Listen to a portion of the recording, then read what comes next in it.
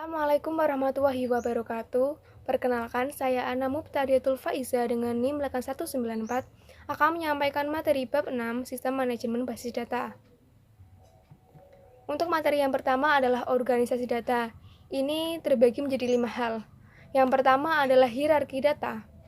Data bisnis secara tradisional telah diorganisasikan ke dalam suatu hierarki field data yang bergabung untuk membentuk record lalu membentuk file. Yang kedua adalah spreadsheet sebagai basis data sederhana. Tabel yang berisi baris dan kolom dapat disajikan dalam suatu spreadsheet. Karena banyak pengguna yang telah mengenalnya, ia dapat digunakan untuk memperkenalkan konsep-konsep basis data.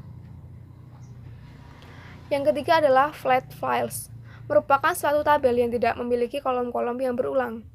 Kolom-kolom yang berulang melanggar persyaratan bagi file. Ini dikarenakan ada dua alasan. Nah, yang keempat adalah field kunci. Kunci atau key di dalam suatu tabel adalah satu file atau kombinasi file yang berisi suatu nilai secara unik mengidentifikasikan masing-masing secara record di dalam tabel. Artinya bahwa setiap baris dalam tabel akan teridentifikasi secara unik. Satu file dalam banyak kasus dapat menjadi kunci dalam suatu tabel. Nah, yang kelima adalah tabel-tabel yang berhubungan. Tabel-tabel tersebut berbagi satu file yang sama seperti kode dan nilai. File kode menentukan baris-baris mana di dalam tabel yang bergabung secara logis. Materi berikutnya adalah struktur basis data. Struktur basis data adalah cara data diorganisasi agar pemrosesan data menjadi lebih efisien. Struktur ini kemudian diimplementasikan melalui sistem manajemen basis data. Sistem Manajemen Basis Data atau DBMS adalah suatu aplikasi peranti lunak yang menyimpan struktur basis data. Data itu sendiri, hubungan di antara data dalam basis data dan nama-nama formulir, jenis-jenis data, angka di belakang desimal, jumlah karakter, nilai-nilai default, dan seluruh uraian file lainnya. Nah, struktur basis data sendiri ini terbagi menjadi 3, yaitu struktur basis data hierarkis, struktur basis data jaringan, dan struktur basis data relasional. Untuk struktur basis data hierarki yang dibentuk oleh kelompok-kelompok data subkelompok dan beberapa subkelompok lagi seperti cabang dari sebuah pohon. Sedangkan untuk struktur basis data jaringan, ini dikembangkan untuk memungkinkan penarikan record-record tertentu. Ia memungkinkan satu record tertentu menunjuk pada semua record lainnya di dalam basis data. Nah, yang ketiga adalah struktur basis data relasional. Ini merupakan sekumpulan basis data yang terlihat seperti sekumpulan tabel-tabel yang mirip seperti tabel-tabel spreadsheet.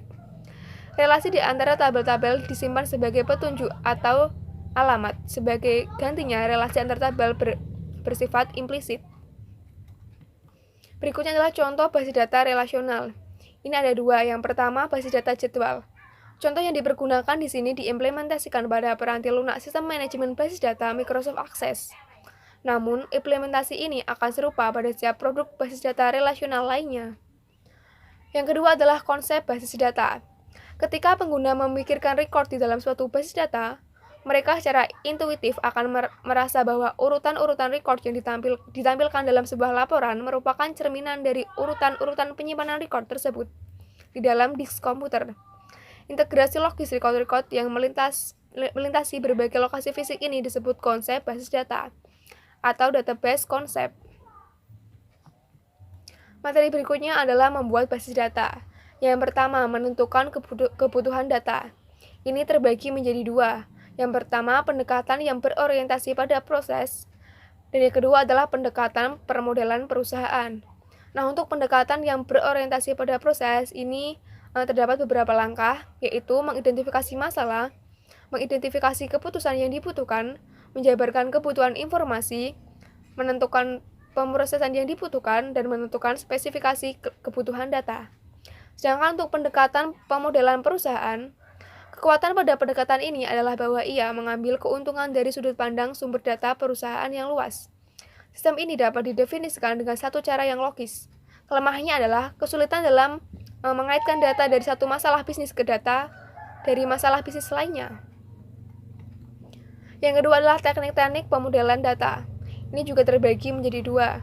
Yang pertama, diagram relasi entitas atau Entity Relationship Diagram atau ERD. Ini digunakan untuk menguraikan hubungan antara kumpulan-kumpulan data konseptual sehingga record-recordnya saling terhubung akan dapat digabungkan bersama. Yang kedua adalah diagram kelas atau kelas diagram. Ini digunakan untuk menguraikan hubungan data maupun tindakan-tindakan yang mengoperasikan data di dalam relasi. Materi berikutnya adalah menggunakan basis data. Ini terbagi menjadi 4 hal. Yang pertama adalah laporan dan formulir. Mayoritas interaksi pengguna dengan basis data adalah melalui laporan dan formulir. Perbedaan terbesar antara formulir dan laporan adalah dalam formatnya.